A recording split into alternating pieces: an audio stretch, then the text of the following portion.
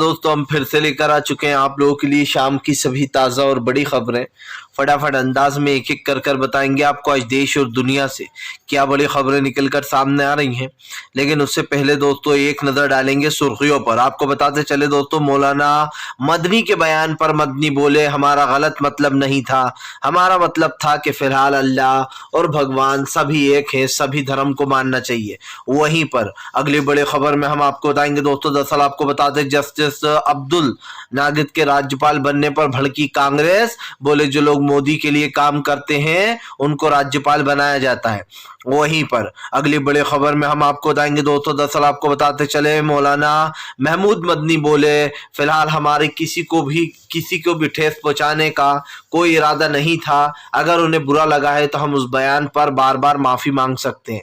वहीं पर अगली बड़ी खबर में हम आपको बताएंगे दोस्तों, दरअसल आपको बता दें प्रधानमंत्री नरेंद्र मोदी के ऊपर गरजे राहुल गांधी। बोले अगर अडानी के साथ कोई रिश्ता नहीं है तो फिर बीजेपी बताती क्यों नहीं। दरअसल आपको बता दें राहुल गांधी को नोटिस भेजा गया है। जो राहुल गांधी ने राज्यसभा में आरोप लगाए थे मोदी सरकार के ऊपर, उस पर जवाब मांगा गया है।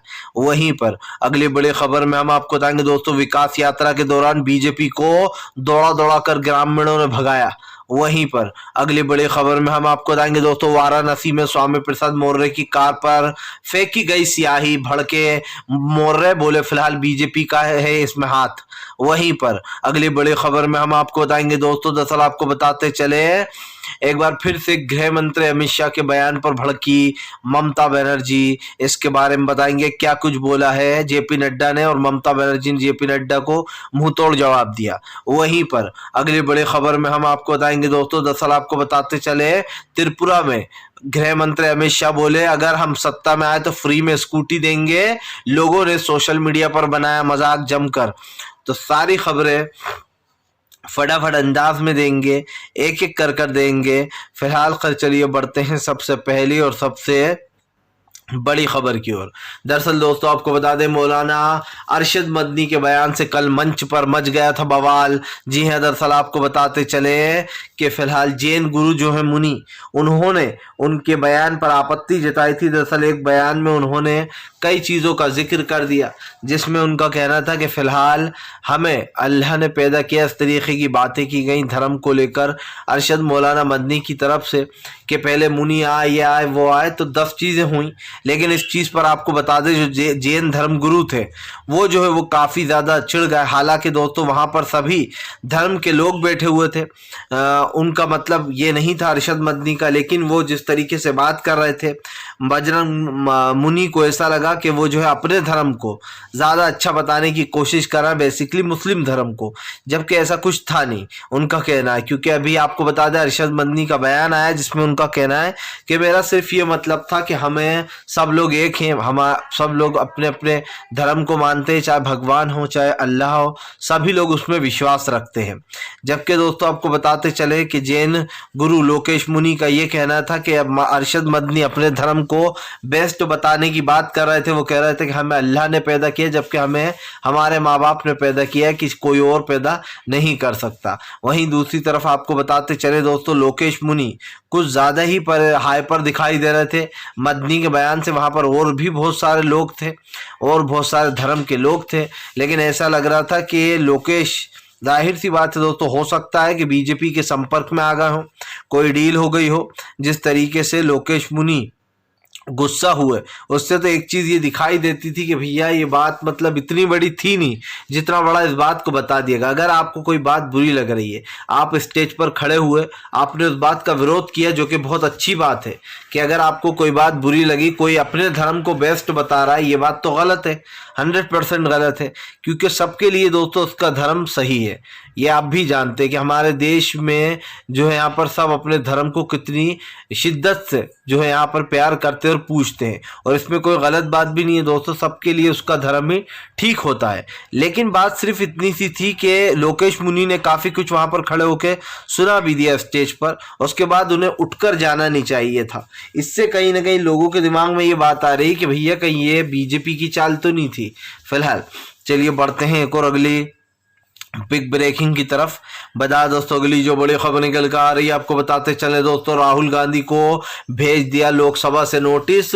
भड़के राहुल गांधी, बोले अगर अडानी के साथ कोई रिश्ता नहीं तो पीएम नरेंद्र मोदी बताते क्यों नहीं कि हर जगह अडानी के साथ मोदी जी क्या कर रहे होते। दरअसल दोस्तों आपको बता दें, राज्यसभा में लोकसभा में राहुल गांधी ने पीएम नरेंद्र मोदी के ऊपर कुछ इल्जाम लगाए थे, जिसमें उन्होंने कहा था कि मैं जहां मुड़कर देखता हूं वहां सिर्फ अडानी ही दिखाई देते हैं और जहां अडानी को देखता हूं वहां पीएम नरेंद्र मोदी दिखाई देते हैं। राहुल गांधी ने कहा था कि फिलहाल अडानी के लिए पूरे देश को गिरवी रख दिया है पीएम ने। आज हमारे देश की संपत्तियां अडानी के पास पड़ी हैं। Railway station, state bank of India, LIC के शेयर्स आप समझिए पूरी तरीके से अडानी बर्बाद हो गए हैं। एक के बाद एक सारी कंपनियों के शेयर्स गिरवी रखने पड़ रहा है। हमारे देश का पैसा अडानी जैसे फर्जी आदमियों में लगाया जा रहा है। जाहिर सी बात है दोस्तों, सवाल तो उठेंगे ही। भारतीय जनता पार्टी जो किसी सवाल का जवाब देना नहीं चाहती, जो सवालों से भागती है दोस्तों, आप समझिए उस पार्टी के ऊपर सवाल खड़े हो रहा है। लेकिन बात सिर्फ इतनी सी नहीं है दोस्तों, बात तो ये है कि प्रधानमंत्री नरेंद्र मोदी इस पर बात ही नहीं करना चाहते। शायद प्रधानमंत्री को लगता है कि इन मुद्दों पर बात करने से कुछ नहीं होगा। दोस्तों आप भी जानते हैं कि आज हमारे देश में जिस तरीके का भाईचारा है, जो प्यार मोहब्बत है, उसको ख़त्म किया जा रहा है। प्रधानमंत्री नरेंद्र मोदी हों या तमाम बीजेपी के वो नेता दोस्तों जो आए दिन इस तरीके के ऊल जलूल बयान देते रहते हैं। आप भी जानते हैं कि ये मैं क्यों कह रहा हूँ। आज काफ़ी समय बाद कई चीज़ें निकलकर सामने आती रहती हैं, लेकिन उस पर भी सरकार की चुप्पी साधे रहना ये अपने आप में ही एक बड़ी बात है। आप भी जानते हैं कि दोस्तों सरकार की जो नीति है वो पूरी तरीके से फेल हो चुकी है। आज हमारे देश में अडानी और अंबानियों का जलवा चल रहा है। देश का गरीब और गरीब होता जा रहा है और पूंजीपति और अमीर होते चले जा रहा है। अडानी के तो रास्ते लग गए, लेकिन स्टेट बैंक ऑफ इंडिया और एलआईसी का पैसा भी अडानी ले डूबेगा, क्योंकि साफ दिखाई दे रहा है जो इस वक्त अडानी की हालत है वो भरने लायक नहीं है। राहुल ने कहा कि इस नोटिस का जवाब भी वो देंगे, लेकिन जाहिर सी बात है कि अगर आपसे कोई पार्लियामेंट में सवाल पूछ लेता है तो आप नोटिस जारी कर देते हो। अगर पीएम मोदी के ऊपर कोई इल्जाम लगा देता है तो आप नोटिस जारी कर देते हो। तो इसका मतलब ये है कि विपक्ष आपसे सवाल पूछना बंद कर दे, वरना आप नोटिस भेज दोगे। क्योंकि जाहिर सी बात है दोस्तों, विपक्ष जब सवाल पूछता है तो पीएम नरेंद्र मोदी को बचाने के लिए ये कह दिया जाता है कि इल्जाम लगा रहे हैं, ये तो झूठ है। फिलहाल चलिए बढ़ते हैं एक और अगली बिग ब्रेकिंग की तरफ।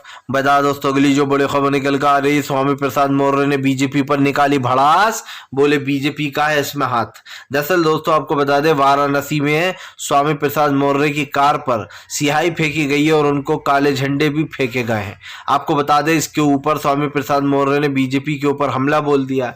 मौर्य का कहना है कि ये सब कुछ बीजेपी की करी धरी चीज़ है, ये बीजेपी की ही चाल थी, उसने ही कराया ये सब कुछ। आपको बता दें, कल जैसे ही वाराणसी के दौरे से स्वामी प्रसाद मौर्य की कार गुजर रही थी, उस दौरान दोस्तों वहां पर कुछ लोगों ने स्वामी प्रसाद मौर्य की कार पर स्याही फेंकना शुरू कर दिया। स्याही के साथ साथ स्वामी प्रसाद मौर्य की कार पर लोगों ने काले कपड़े भी दिखाए। आपको बता दें, जैसे ही ये सब कुछ वाकया हुआ उसके बाद स्वामी प्रसाद मौर्य भड़क गए। मौर्य के भड़कने के बाद भारतीय जनता पार्टी में खलबली मच गई। आपको बताते चले दोस्तों, स्वामी प्रसाद मौर्य हमेशा एक चीज़ को लेकर पर्टिकुलर रहे हैं, हमेशा वो इन मुद्दों पर बात भी करते हैं। लेकिन हमें एक चीज़ दिखाई दे रही है दोस्तों कि स्वामी प्रसाद मौर्य के ऐसा करने के बाद बीजेपी बौखला गई है। स्वामी प्रसाद मौर्य ने रामचरितमानस पर एक बात कही थी कि ये नफरत फैला रहा है, इसको बंद कर देना चाहिए। उनके इस बयान पर काफ़ी बवाल भी मचा था, जिसके बाद अखिलेश यादव ने भी स्वामी प्रसाद मौर्य का सपोर्ट किया था। आपको बता दें दोस्तों, हमारे देश में अजीब और गरीब कानून है। सरकार, अगर सत्ताधारी सरकार से आप कुछ ऐसी बात भी कह दोगे जो कानून के दायरे में है, तो भी आपके ऊपर कार्रवाई हो जाती है। लेकिन वो लोग दोस्तों जो सरेआम कहते हैं कि मुसलमानों को तुम कब काटोगे हिंदू भाइयों से, उसके बावजूद भी इनको गिरफ्तार नहीं किया जाता। ये है दोस्तों हमारे देश का कानून। आप समझिए, आज कानून का मजाक बनाकर रखा है मोदी सरकार ने। अगर इनके ऊपर कोई कुछ एक्शन लेना चाहे तो नहीं ले सकता, क्योंकि जाहिर सी बात है ऊपर से ऑर्डर्स होते हैं कि कुछ मत करो। क्योंकि हर जगह से बीजेपी सोचती है हमें सपोर्ट मिलता है, किसी एक को भी छुआ। बीजेपी ये भूल गई है दोस्तों कि बहुत जल्दी जो है यहाँ पर ये जो प्यार मोहब्बत की बातें हैं ये जो हो हमारे देश का भाईचारा है ये होकर रहेगा, और बीजेपी जो नफरत फैला रही है उसको ख़त्म कर कर रहेंगे। एकजुट होने के लिए दोस्तों एकजुट होना बहुत ज़रूरी होता है। चाहे स्वामी प्रसाद मौर्य ने वो बयान दिया हो या अखिलेश ने, आप किसी के भी बयान को रोक नहीं सकते हो, वो उसका व्यक्तिगत फैसला है। फिलहाल चलिए बढ़ते हैं एक और अगली बिग ब्रेकिंग की तरफ। बता दोस्तों अगली जो बड़ी खबर निकल कर आ रही है, आपको बताते चले दोस्तों आपको बता दें दोस्तों, मौलाना मदनी का बड़ा बयान, बोले 100 बार माफ़ी मांगने को तैयार है हम अगर जैन मुनि को कुछ बुरा लगा है तो। आपको बताते चले अरशद मदनी के बयान पर काफ़ी कल घमासान मचा, कई लोगों ने मंच छोड़ दिया, जबकि दोस्तों ये सब लोग भाईचारे के लिए जुटे थे, कोई नहीं उठा, सिर्फ दोस्तों जैन मुनि उठे, जिसके बाद बवाल खड़ा हो गया। अब अरशद मदनी के बयान पर बवाल खड़ा हुआ तो उन्होंने माफ़ी भी मांगी। अब आपको बता दे चले दोस्तों, अब अरशद मदनी जो हैं और उनके बयान के बाद जो है यहाँ पर मदनी साहब ने भी माफ़ी मांगी और कहा कि अगर कोई भी बयान गलत लगा है तो हम 100 बार माफ़ी मांगने को जो है यहाँ पर तैयार हैं। लेकिन इस तरीके से मंच से उठकर चले जाना, वहाँ पर सारे धर्म के लोग बैठे हुए थे, उसके बाद भी वो उठकर चले गए। मौलाना मदनी ने कहा कि फ़िलहाल ये गलत है, लेकिन हाँ माफ़ी मांगने को हम अभी भी तैयार हैं। आपको बताते चले दोस्तों कि दरअसल कभी कभी फ्लोर में अरशद मदनी का मतलब वो नहीं था, दरअसल वो दोस्तों आरएसएस मोहन भागवत और बीजेपी की बुराई कर रहे थे। वो बता रहे थे कि ये लोग कैसे कैसे बयान देते हैं, उस बयान का विश्लेषण कर रहे थे। लेकिन जैन मुनि को कुछ बातें बुरी लग गई और वो उठकर खड़े हो गए। हालांकि दोस्तों हम तो आपसे कहते हैं कि भैया हर देश में भाईचारा और प्यार मोहब्बत होना ही चाहिए। आपने देखा ही दोस्तों कैसे बीजेपी जैन धर्म की चीज़ों को नुकसान पहुंचा रही है, कैसे बीजेपी के नेता और तमाम वो जो लोग दोस्तों धर्म संसद लगाकर बैठते हैं, वो आए दिन ईसाई और मुसलमानों को मारने की बात कहते हैं, सिखों को नीचे दिखाया जाता है। तो इस तरीके के तमाम जो धर्म है दोस्तों उनको टारगेट किया जा रहा है। सिर्फ बीजेपी ये बताना चाह रही है कि हम हिंदुत्व के रखवाले हैं, हमसे बड़ा और कोई हो ही नहीं सकता है। जबकि हमारे देश में हमारे हिंदू भाई, हमारे मुस्लिम भाई, हमारे सिख भाई, हमारे ईसाई भाई, सबको दोस्तों एक जैसा संविधान मिला है। बाबा साहब अम्बेडकर ने जो संविधान लिखा था उसमें सबसे पहला शब्द ही है कि सबको एक समान एक अनुसार मिलना चाहिए दोस्तों हक, और वो मिलता भी है। लेकिन कई लोग किसी बात का गलत मतलब निकाल लेते हैं और यही कारण है जो मौलाना मदनी ने माफ़ी भी मांगी और ये भी कहा कि अगर 100 बार भी होगा तो वो 100 बार भी इस शब्द पर माफ़ी मांगने को तैयार हैं। चलिए बढ़ते हैं एक और अगली बिग ब्रेकिंग की तरफ। बता दोस्तों अगली जो बड़ी खबर निकल कर आ रही है, आपको बताते चले दोस्तों, जल्द ही राहुल गांधी की भारत जोड़ो यात्रा 2.0 का आगाज, भारतीय जनता पार्टी में मची खलबली। दरअसल दोस्तों सब लोग जानते हैं कि फिलहाल भारतीय जनता पार्टी इस वक्त बौखलाई हुई है और उसकी बौखलाहट का सबसे बड़ा नमूना आपके सामने ही है। लेकिन दोस्तों मामला सिर्फ इतना सा नहीं है, मामला तो ये है दोस्तों कि जल्द ही राहुल गांधी की भारत जोड़ो यात्रा को लेकर काफ़ी कयास लगाए जा रहे हैं, जिसमें राहुल गांधी 2.0 भारत जोड़ो यात्रा का आगाज करने वाले हैं। बताया जा रहा है कि पूर्व से पश्चिम की तरफ पहले ही यात्रा निकल चुकी है, अब उत्तर से दक्षिण की तरफ के लिए राहुल तैयार हो गए हैं। आपको बताते चले दोस्तों ये भारत जोड़ो यात्रा आने वाले चुनाव को भी कवर करेगी। सबसे बड़ी बात यह है कि राहुल गांधी इन दिनों चुपचाप नहीं बैठना चाहते, वो चाहते हैं कि देश में भारत में भाईचारा बढ़े। और दोस्तों भाईचारा बढ़ने का सबसे बड़ा रीज़न ये है कि इस वक्त सरकार की जो नीयत है दोस्तों, वो आप भी जानते हैं कि सरकार फूट डालो की राजनीति कर रही है और जनता ऐसी राजनीति नहीं चाहती जिससे कि भाईचारा बिगड़े या आपस में दोस्तों लोगों का व्यवहार बिगड़े। आप सब जानते हैं दोस्तों कि आज देश में सांप्रदायिकता, प्यार मोहब्बत को ख़त्म करने की पूरी कोशिश करती है बीजेपी। आज देश में जिस तरीके की एक भाईचारे को ख़त्म करने का वो चल रहा है दोस्तों होड़, इसको लेकर कहीं ना कहीं सरकार के पीछे हमेशा ही हमलावर रहा है विपक्ष। अब साफ दिखाई दे रहा है दोस्तों कि इन 3 चीज़ों को लेकर सरकार बुरी तरीके से फंसेगी। सबसे पहला अडानी का सबसे बड़ा और सबसे गहरा मुद्दा है दोस्तों, जिसमें बीजेपी पूरी तरीके से घिर चुकी है। आप भी जानते हैं दोस्तों कि फिलहाल बीजेपी किस तरीके से अडानी वाले मुद्दे पर बैकफुट पर है। वो नहीं चाहती कि अडानी वाला मुद्दा उठे या फिर इस मुद्दे पर बात हो। दूसरा दोस्तों, आपने इस देश को 2014 में कहा था कि गरीबी बेरोजगारी दूर कर देंगे। 2014 के बाद जब आपके 5 साल पूरे हुए और लोगों के पास आपका रिपोर्ट कार्ड आया तो लोगों ने सोचा कि नहीं यार कुछ काम नहीं हुआ है। हालांकि पीएम नरेंद्र मोदी ने फिर से लोगों को चिकनी चुपड़ी बातों में फंसाया और वोट देने को मजबूर किया। लोगों ने फिर से वोट दिया। अब दोस्तों इस सरकार को 9 साल से ज़्यादा हो चुके हैं, लेकिन अगर देखा जाए दोस्तों तो इस सरकार ने लगभग 9 साल के अंदर कोई ख़ास कमाल कर नहीं दिखाया। हमारे देश की अर्थव्यवस्था चौपट है। आप समझिए, बैंक धीरे धीरे कर दोस्तों लोग करप्ट हो रहे हैं। जाहिर सी बात है, जब बैंकों में दोस्तों पूरी तरीके से बैंक ही ख़त्म हो जाएंगे तो सवाल तो उठेंगे ही। आज बैंक कर्जे में डूब रहा है, इसकी जिम्मेदार कौन है? मोदी सरकार है। तो ऐसे में दोस्तों राहुल गांधी की भारत जोड़ो यात्रा से काफ़ी फ़ायदा मिला है और आगे भी मिलेगा, क्योंकि आने वाले समय में दोस्तों लोगों को कांग्रेस से काफ़ी उम्मीदें हैं। जो लोग बीजेपी पर विश्वास करते थे वो लगभग अब बीजेपी से अपना विश्वास खो चुके हैं। वो नहीं चाहते कि आगे भी जो है यहाँ पर एक ऐसी सरकार आए जो मेन मुद्दों से भटकाकर हिंदू मुसलमान पर बात करती हो। आप दोस्तों सबकी एक जैसी सोच नहीं होती, सबकी राय अलग अलग होती है, सबके सोचने का तरीक़ा अलग होता है। हम मानते हैं कि कई लोग अभी भी ऐसे होंगे जो बीजेपी को वोट देंगे सिर्फ इसलिए कि उन्हें लगता है मोदी जी हिंदुत्व की सेफ्टी के लिए, कि मोदी जी हैं तो सब लोग सुरक्षित हैं। जबकि दोस्तों आप समझिए, कई लोगों की सोच ऐसी होगी कि भैया बीजेपी को हराना है। और जाहिर सी बात है दोस्तों, बीजेपी में जो अब चल रहा है ये सब कुछ उठापटक, बीजेपी के लोग जो बड़ी बड़ी बातें करते हैं कि आने वाले समय में देश सोने की चिड़िया होगा, देश में विकास होगा, वैसा कुछ दिखाई नहीं दे रहा है। चलिए बढ़ते हैं एक और अगली बिग ब्रेकिंग की तरफ। बता दे दोस्तों, अगली जाहिर सी बात है दोस्तों, आज हमारे देश में इस तरीके की सरकार को झेलने का कोई इरादा नहीं है, ना आपका ना हमारा। चलिए बढ़ते हैं एक और अगली बिग ब्रेकिंग की तरफ। बता दोस्तों अगली जो बड़ी खबर निकल कर आ रही, मल्लिकार्जुन खड़गे का पीएम नरेंद्र मोदी के ऊपर बड़ा हमला। बोले फिलहाल मोदी जी आखिरकार कब तक चलता रहेगा ये? जी हाँ, विपक्ष के सवालों से कब तक भागेंगे आप? आपको बताते चले, मल्लिकार्जुन खड़गे का कहना है कि मोदी सरकार किसी सवाल का जवाब नहीं दे रही है, वो हर सवाल से भागती है। प्रधानमंत्री नरेंद्र मोदी के बयान पर दोस्तों मल्लिकार्जुन खड़गे ने भड़ास निकाली है।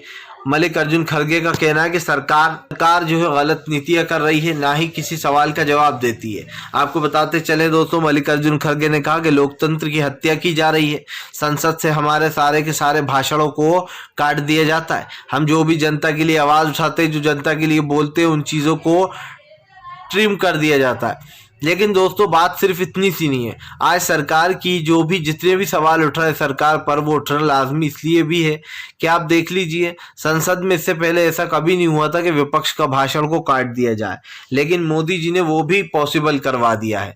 इसको लेकर मल्लिकार्जुन खड़गे ने कहा कि क्यों ना संसद में बोलना ही छोड़ दिया जाए। जब वर्ड्स ही काटे जा रहे हैं दोस्तों, जब भाषण विपक्ष का हटाया जा रहा है, तो इसका मतलब क्या है? मल्लिकार्जुन खड़गे ने कहा कि पीएम नरेंद्र मोदी और गृह मंत्री अमित शाह दोनों तोड़फोड़ में माहिर हैं। सरकार न बनने पर जगह जगह सरकारें तोड़ते हैं और खुद की सरकार बनाने का काम करते हैं।